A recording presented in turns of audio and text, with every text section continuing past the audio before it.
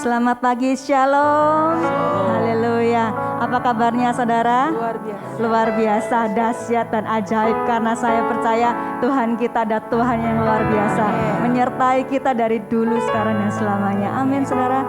Mari kita datang ke hadirat Tuhan dengan segenap hati. Dengan hati yang terbuka kita mau datang ke hadiratnya. Mari kita berdoa. Bapa yang baik, kami mengucap syukur untuk pagi hari ini, untuk kesehatan, untuk sukacita, damai sejahtera yang Kau berikan buat hidup kami. Kami sungguh bersukacita, kami dapat menghirup udara pagi karena Engkau Tuhan. Engkau boleh memberikan kesempatan kami untuk melewati hari demi hari bersama dengan Engkau. Maka dari itu Tuhan, saat ini kami rindu menyembah-Mu, kami rindu memberikan yang terbaik hanya untuk Engkau Tuhan. Berkati dari awal hingga akhirnya, biarlah melalui puji-pujian kami nama-Mu boleh dipermuliakan. Di dalam nama Tuhan Yesus kami berdoa dan mengucap syukur. Haleluya. Amin. Kita mau datang di hadirat Tuhan dengan penuh ucapan syukur. Haleluya. Terima kasih Tuhan.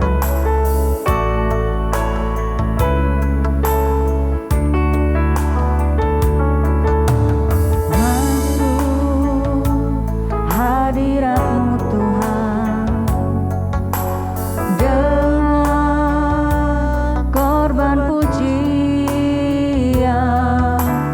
masuk hadirat-Mu Tuhan, berhiaskan kekudusan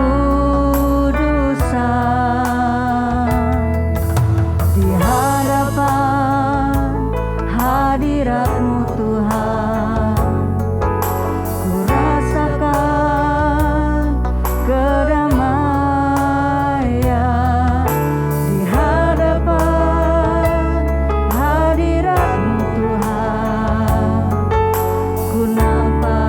keajaiban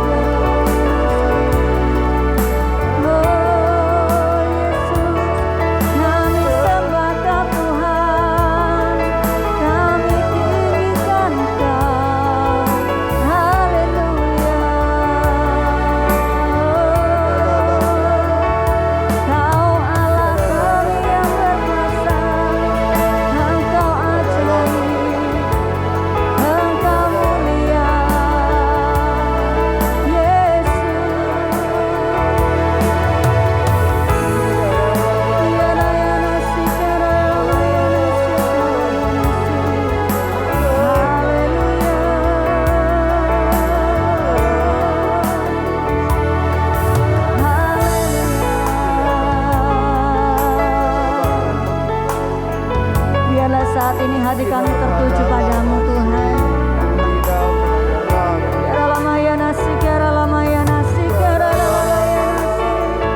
Dengan mulut kami menyembahmu, dengan segenap hatiku mengucap syukur padamu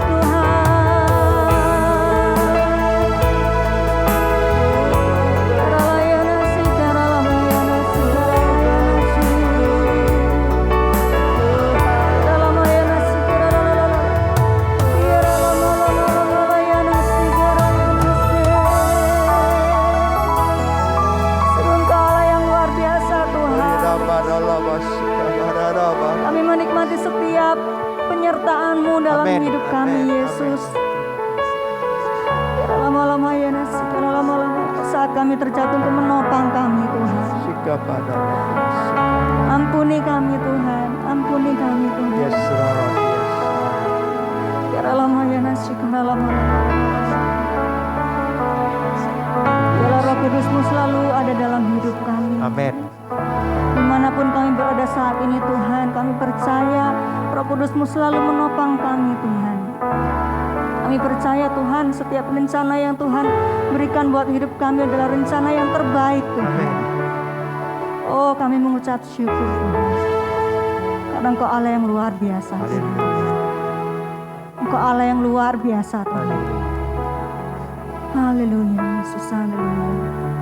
Ramayana Shikara Ramayana Sikara Ramayana Sikara Ramayana Sikara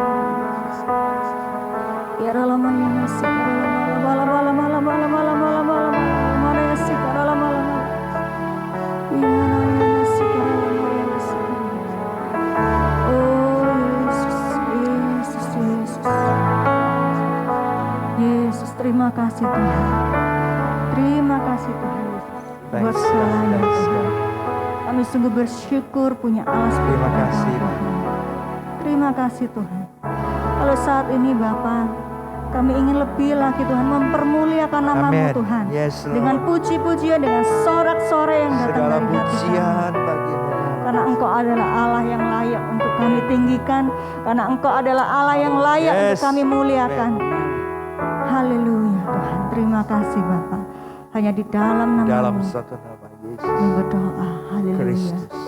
Amin. Amin. Kita percaya bahwa kita adalah anak-anak pilihan Tuhan. Kita adalah lebih dari pemenang.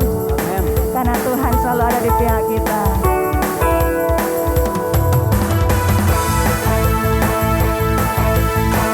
Biarlah sorak-sorai dari Engkau Tuhan melingkupi kami.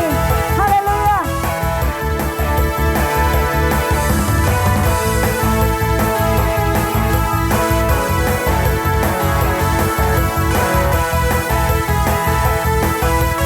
Mari sama-sama katakan lebih dari pemenang.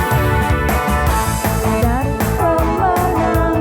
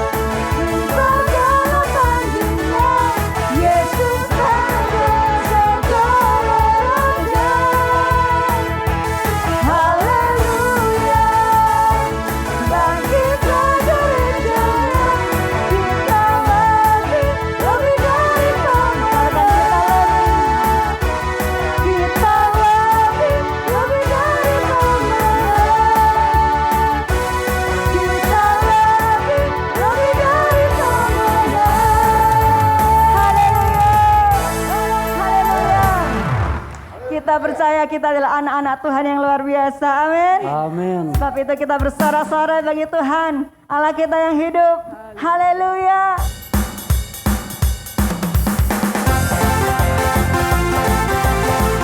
Mari sorak-sorai muliakan nama Tuhan. Karena Dia yang berperang buat hidup kita, menyelamatkan jiwa kita. Bersorak-sorai muliakan namanya, Dia berperang ganti kita. Bertepuk tangan muliakan namanya, Dia selamatkan jiwa kita. Satu-satunya penebus, satu-satunya penebus, galakan maut, tapi kan hidup.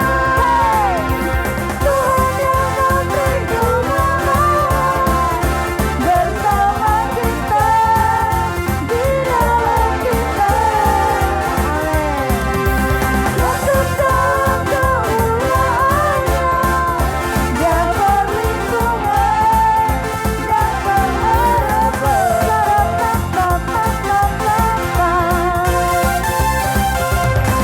bersorak-sorai muliakan namanya, Dia berperang ganti kita.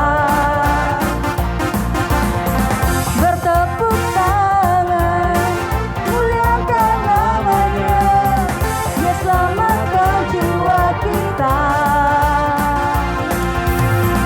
Satu-satunya penebus, galakan maut, bangkitkan hidup. Tuhan yang memberi kemenangan bersama kita, di dalam kita. Yesus dalam kemuliaannya, Dia perlindungan dan pengharapan. Tuhan yang memberi kemenangan, Tuhan yang memberi kemenangan bersama kita, di dalam kita.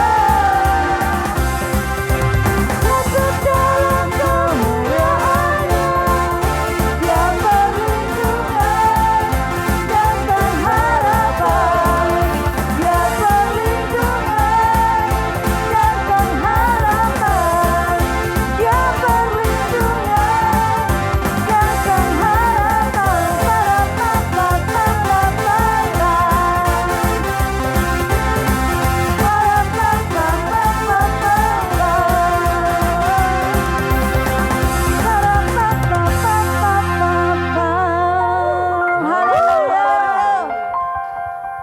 Haleluya. Terima kasih Tuhan buat sukacitamu hari ini Bapa. Kami bersyukur Tuhan punya Allah seperti Engkau Tuhan. Oh terima kasih Yesus. Haleluya. Kami nantikan janji-Mu dalam hidup kami. Sungguh kasih-Mu yang tidak ternilai Tuhan selalu menyertai hidup kami. Kami bersyukur Tuhan.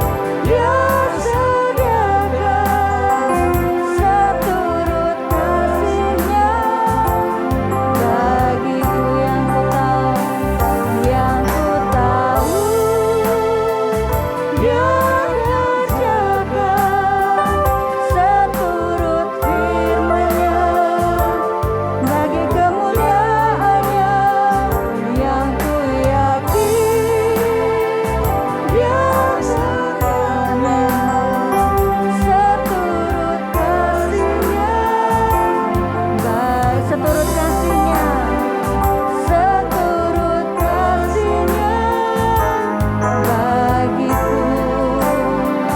seturut kasihnya bagiku.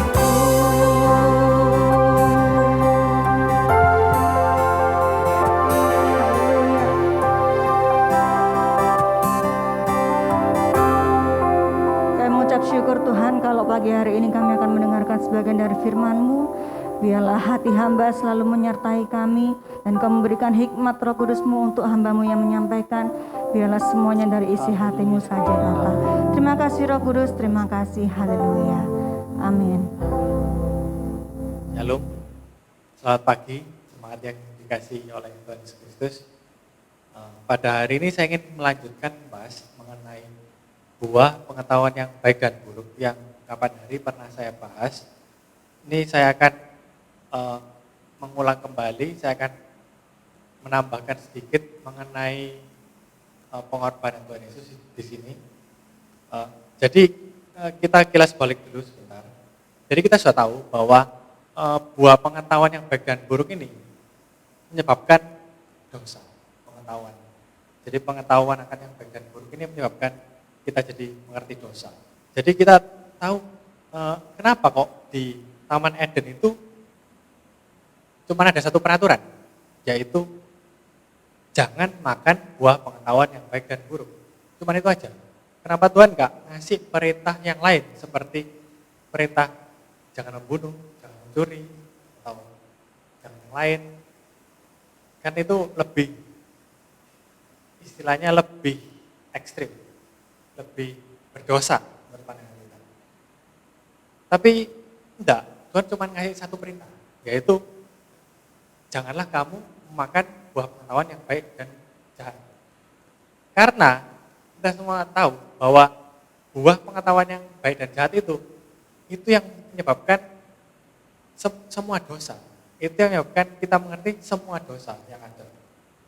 Sebelum manusia memakan buah pengetahuan itu, kalau misalnya dia mau iri, apa yang mau diirikan? Karena dia tidak bisa membandingkan bahwa temannya lebih baik atau dirinya lebih baik, gak ada yang bisa diirikan. Mau dia sombong, apa yang disombongkan? Karena dia juga tidak bisa membandingkan apa yang lebih baik darinya. Karena dia gak ngerti baik itu seperti apa, dan lebih baik itu seperti apa, dan lebih jahat itu seperti apa. Dan manusia juga tidak kepikiran untuk membunuh. Karena apa yang menyebabkan dia ingin membunuh? Kalau misalnya dia tidak mengerti, kenapa dia harus membenci? Karena dia tidak mengerti apakah temannya lebih baik ataukah yang dilakukannya lebih baik atau tidak, dia tidak mengerti. Jadi semua dosa yang lain timbul dari kita mengerti akan yang baik dan jahat ini. Bahkan jika manusia itu melakukan kesalahan, misalnya tidak disengaja atau disengaja, maka kesalahan itu hanya menjadi sebatas kesalahan. Jadi sebelum mereka makan, kesalahan itu hanya sebatas kesalahan. Jadi misal mereka tidak sengaja mungkin membunuh hewan atau seperti apa, itu hanya menjadi sebatas kesalahan, bukan menjadi sebuah dosa. Tapi begitu mereka memakan buah pengetahuan yang baik dan jahat itu, mereka jadi mengerti jika mereka melakukan kesalahan. Mereka jadi mengerti bahwa itu tidak baik buat mereka, dan itu tidak baik di pandangan Tuhan. Dan itu akan baik kalau mereka sembunyi. Dan itu yang mereka lakukan pada awal itu. Jadi setelah mereka makan bahwa itu, mereka jadi sadar kalau mereka telanjang, dan mereka sadar kalau mereka salah dan itu nggak baik. Dan mereka berpikir akan baik kalau mereka sembunyi. Dan itu adalah salah satu indikasi dosa. Awal mula dosa. Jadi kita tahu, sudah sering dijelaskan bahwa dosa itu, kata bahasa aslinya itu khata. Khata artinya itu meleset dari sasaran. Jadi kalau kita berdosa itu kita meleset dari tujuan Tuhan menciptakan kita. meleset dari tujuan Tuhan menciptakan manusia. Meleset dari kehendak Allah. Sebelum manusia makan buah itu, mereka tidak bisa meleset. Mereka tidak kepikiran untuk meleset, Bang. Karena kehendak mereka, keinginan mereka, tuntunan akan yang baik dan jahat, itu selalu datang dari Tuhan. Tapi setelah mereka makan buah itu, mereka jadi mengerti yang baik dan jahat itu. Segala yang mereka kerjakan itu berdasarkan dari definisi mereka mengenai yang baik dan jahat. Jadi mereka menggunakan pengertian mereka sendiri akan yang baik dan jahat. Dan itu otomatis. Dan segala yang baik di mata manusia, itu belum tentu semuanya baik di mata Tuhan. Itu yang menyebabkan kita semua meleset. Kalau misalnya semua yang kita pandang baik itu sama Tuhan dipandang baik, itu tidak masalah. Tapi masalahnya ada hal yang kita pandang baik, yang Tuhan tidak pandang baik. Itu yang menyebabkan kita meleset. Jadi kita tahu sekarang bahwa perang, perselisihan, dan bumi yang semakin rusak, segala sesuatu yang terjadi, itu akibat dari manusia dengan pengertiannya sendiri, mendefinisikan baik. Mereka melakukan apa yang mereka pandang baik, menurut mereka sendiri. Dan tiap orang bisa beda-beda, menurut A yang baik seperti ini, menurut B yang baik seperti ini. Dan mereka berselisih. Kita sudah, jadi jelas kenapa kok peraturan di Taman Eden waktu itu cuma satu itu aja. Karena pengetahuan yang baik dan jahat ini yang menyebabkan semuanya menjadi terdistorsi. Nah, yang yang semakin parah adalah seperti ini. Semakin manusia melakukan apa yang dipandang mereka baik, semakin mereka menjauh dari Tuhan. Semakin mereka enggan mendekat kepada Tuhan karena perasaan bersalah mereka. Dan semakin cenderung mereka untuk meleset. Kita bayangkan, kita di jalan. Satu jalan ini kehendak Tuhan. Ujungnya Tuhan.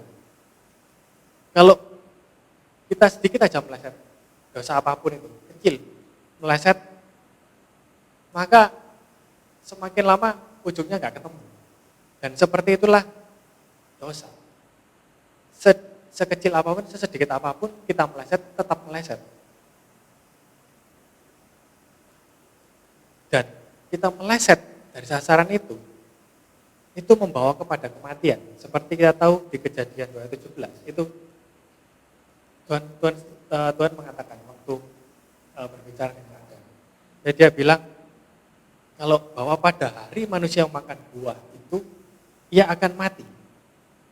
Dan memang itu yang terjadi pada manusia. Mereka mati secara roh dan mereka menuju kepada kematian. Karena menjauh dari kehendak Allah, berarti menjauh dari Allah yang adalah kehidupan itu sendiri. Menjauh daripada kehendaknya dan menjauh daripada Tuhan. Jadi di luar Allah itu hanya ada kematian, yaitu maut. Jadi gak peduli kita mau sebenar apapun. Kalau kita meleset sedikit, akhir-akhirnya pasti meleset. Kita mau seperti apapun, kalau di awalnya atau di tengah-tengahnya kita meleset sedikit jalannya, akhir-akhirnya juga meleset. Dan meleset kemanapun itu selalu maut. Sedangkan kalau pas ke tengah-tengah, ke arah Bapa, dengan mengikuti kehendak Bapa, itu baru kehidupan. Di luar itu semuanya maut. Itu yang terjadi.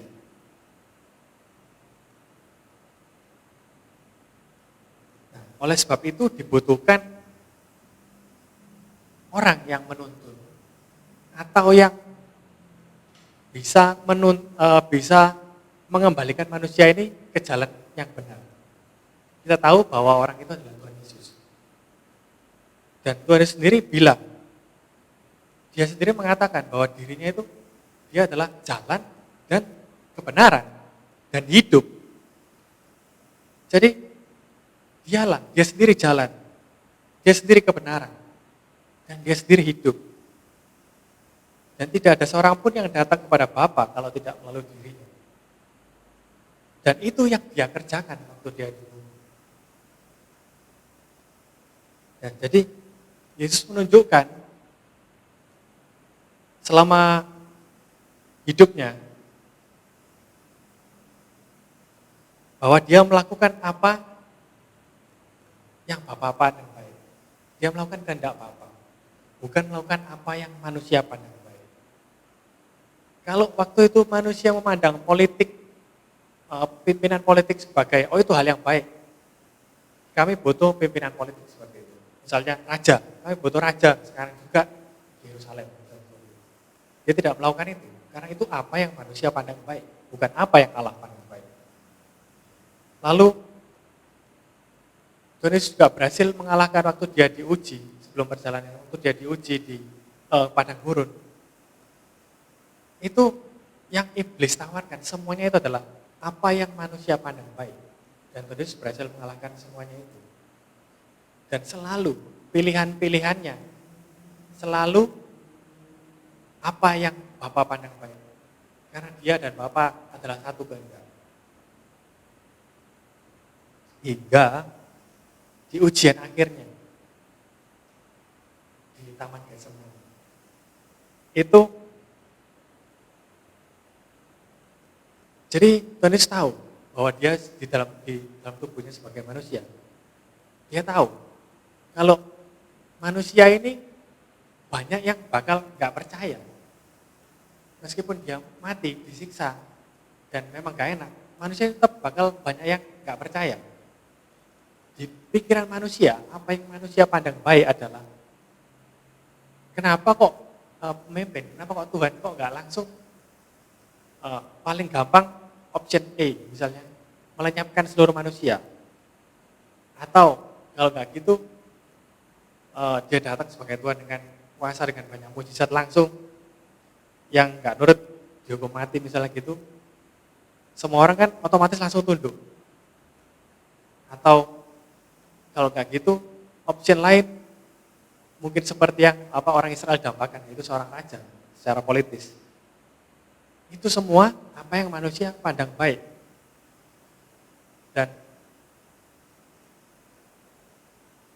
Dan Tuhan Yesus di dalam tubuh manusia yang dia merasakan bahwa itu hal yang memberatkan karena dia disiksa.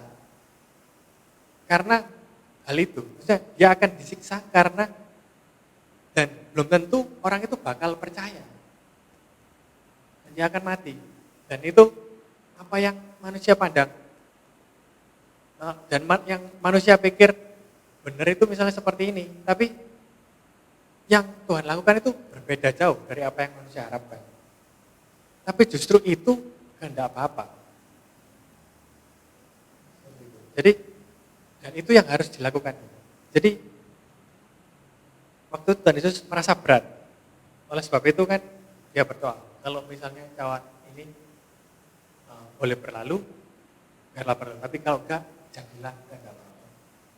Jadi setelah Tuhan Yesus menyerahkan kehendaknya, apa yang tubuhnya pada waktu itu berpikir bahwa ini baik, ini buruk, bahwa kalau bisa langsung datang dengan malaikatnya langsung menghukum semua yang mau menyiksa dia, itu menurut manusia pandang baik. Dia menyerahkan kehendak itu semua dan menyerahkannya kepada Bapa dan melakukan kehendak Bapa, apa yang Bapa pandang baik. Di situ ia berkorban sehingga akhirnya ia mati, disiksa, mati, dan kemudian bangkit lagi. Jadi melalui keputusan-keputusannya selama hidupnya hingga di Taman Getsemani, ia buktikan bahwa ia layak, bahwa ia tidak menyimpang sedikit pun dari jalan kehendak Bapa. Sehingga dia layak untuk menebus kita semua. Sehingga dia layak untuk mengalahkan maut. Dan itu yang tugas yang memang diberikan oleh Bapa kepada Tuhan Yesus. Dan melalui kematian dan kebangkitan Tuhan Yesus, maut ditelan dalam kemenangan. Dikatakan di Perjanjian Baru ada ayatnya. Maut ditelan dalam kemenangan. Dan juga ada juga yang, hai maut, di manakah sengatmu? Hai maut, di manakah kemenanganmu? Jadi oleh itulah harus mengalahkan kematian itu. Akibat awal yang disebabkan oleh dosa, kematian itu. Sehingga kita yang menuju kematian bisa, kalau misalnya kita bertobat, kita minta ampun pada Tuhan Yesus, langsung dibalikkan, lurus jalan. Kita tinggal melakukan jalan ini sendiri. Kita tinggal melakukan yang lurus ini. Kita tinggal melakukan kehendak Bapa. Kita tinggal melakukan apa yang menurut Bapa kehendaki, yang Bapa pandang baik. Di jalan yang Bapa pandang baik ini, ujungnya adalah kehidupan, yaitu Bapa sendiri. Tugas kita sekarang, kita melanjutkan di jalan yang benar itu. Meskipun kita berdosa lagi, misalnya kita menyimpang lagi, kita minta maaf lagi sama Tuhan Yesus, dibalikkan lagi. Kita dosa lagi, kita bertobat lagi, dibalikkan lagi. Itu kuasa Tuhan Yesus menang terhadap maut. Nah, yang kita lakukan sekarang di tengah-tengah ini tinggal berserah saja. Kita melakukan apa yang Bapa pandang baik, bukan apa yang kita pandang baik. Karena kalau kita melakukan apa yang kita pandang baik lagi, kita menyimpang lagi. Selalu seperti itu. Bukan berarti kita nggak boleh menentukan apa masa depan kita seperti apa, bukan berarti seperti itu. Tapi lebih ke arah seperti ini. Kita menentukan A, kalau memang bukan kehendak Tuhan, ya sudah, pasrah saja. Sanggup gak sekarang kita berjalan di tengah ini? Kita menyerahkan kehendak kita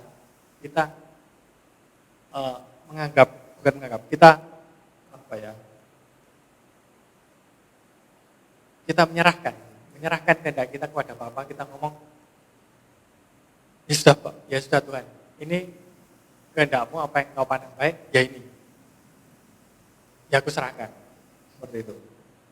Jadi contohnya misalnya, kalau misalnya di tengah-tengah pandemi ini, mungkin kita kehilangan saudara kita, atau orang yang kita kasih. Bisa nggak kita ngomong seperti ini? Ya Tuhan mengizinkan ini, ya kalau itu memang yang Tuhan pandang baik, terjadi. Seperti Tuhan Yesus mengatakan di dalam semua. Kalau misalnya Tuhan izinkan, kita mungkin nggak berbuat kesalahan. Terus tiba-tiba bisnis kita diizinkan turun atau mungkin hancur atau seperti apa. Nah, bisa nggak kita bilang, ya terima kasih Tuhan. Atau, ya ini apa yang Tuhan pandang baik. Meskipun di pandanganku aku nggak melakukan kesalahan yang layak untuk mendapatkan seperti itu. Tapi apa yang Tuhan pandang baik itu yang final. Atau, jika kita diizinkan, ada banyak musibah yang menimpa kita secara bertubi-tubi.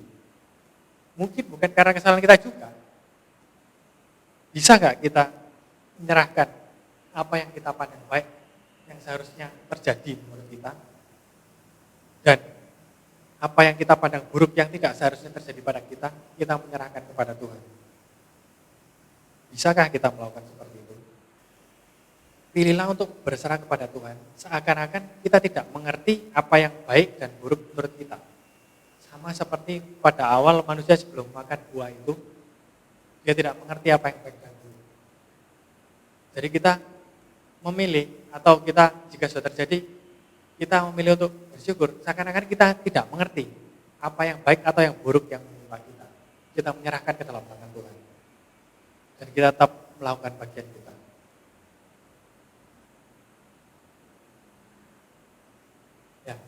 Karena kita juga harus ingat bahwa Tuhan Yesus juga melakukan hal yang sama untuk kita. Dan beri contoh untuk kita. Agar kita bisa melakukan hal yang sama. Kalau Tuhan Yesus nggak menyangkal diri pada waktu itu, mungkin kita salah dikit di awal atau di tengah, ya sudah, kita akan menuju kepada maut. Kita nggak akan bisa punya kesempatan untuk bertobat dan kembali dan melakukan kehendak Bapa. Ya. Jadi akhirnya ketika kita menyerahkan apa yang kita pikir baik, apa yang kita pandang baik yang seharusnya terjadi pada hidup kita, atau yang buruk yang tidak seharusnya terjadi pada hidup kita, dan kita menyerahkannya kepada Bapa.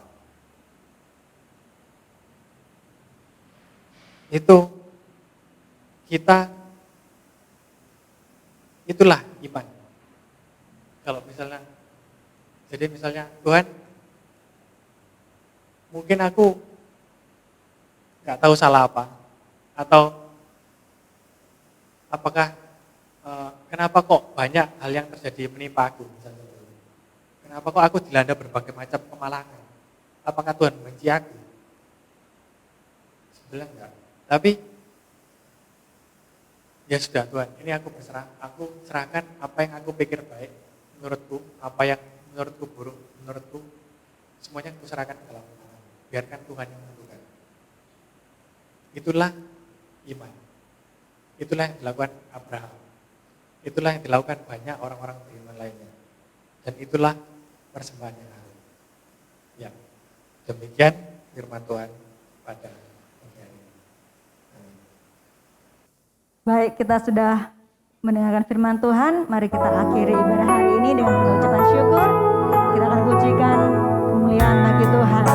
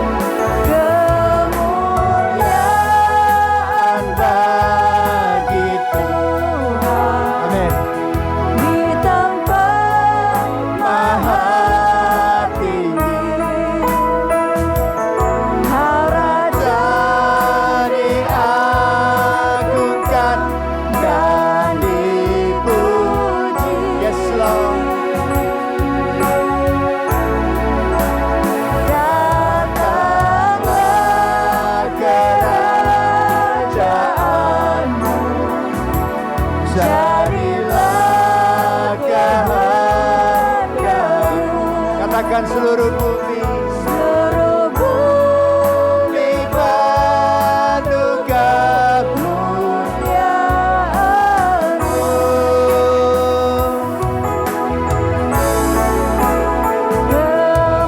Kemuliaan bagi Tuhan di tempat maha tinggi. Yes Lord.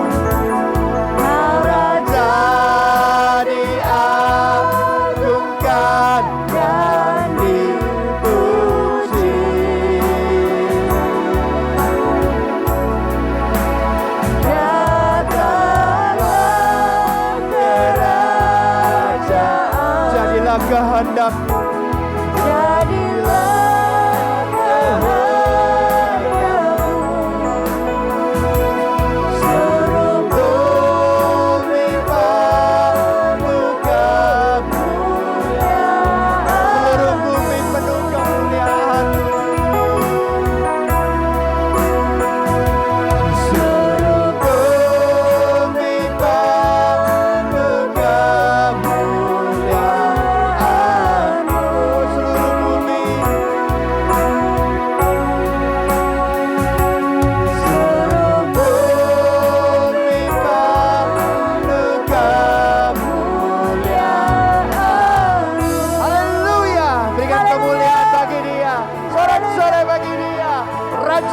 atas segala raja, Yesus Kristus, Juru Selamat kami yang hidup. Terpujilah namamu Bapa. Segala puji, segala hormat, segala kemuliaan hanya bagimu Tuhan. Bapa kami yang baik, Allah yang kami sembah, Yesus Kristus, Juru Selamat kami yang hidup. Sungguh kami bersyukur Tuhan pagi hari ini Tuhan. Kami diberi kesehatan yang baik, kami diberi kekuatan sehingga kami boleh ada di tempat ini. Kami boleh beribadah, memuji dan memuliakan Engkau Tuhan. Terima kasih Bapa. Kami bersyukur Tuhan untuk segala penyertaan dan pemeliharaan-Mu. Terima kasih untuk firman-Mu pagi hari ini yang mengajar kami, menegur kami dan mendidik kami. Terima kasih Roh Kudus untuk hadirat-Mu yang melawat setiap kami. Terpujilah namamu Bapa. Mari saudara kasih Tuhan, angkat kedua tanganmu dan terimalah berkat.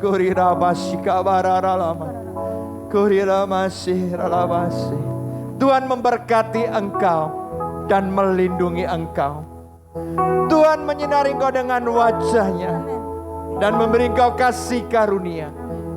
Dan Tuhan menghadapkan wajah-Nya kepadamu dan memberi engkau damai sejahtera.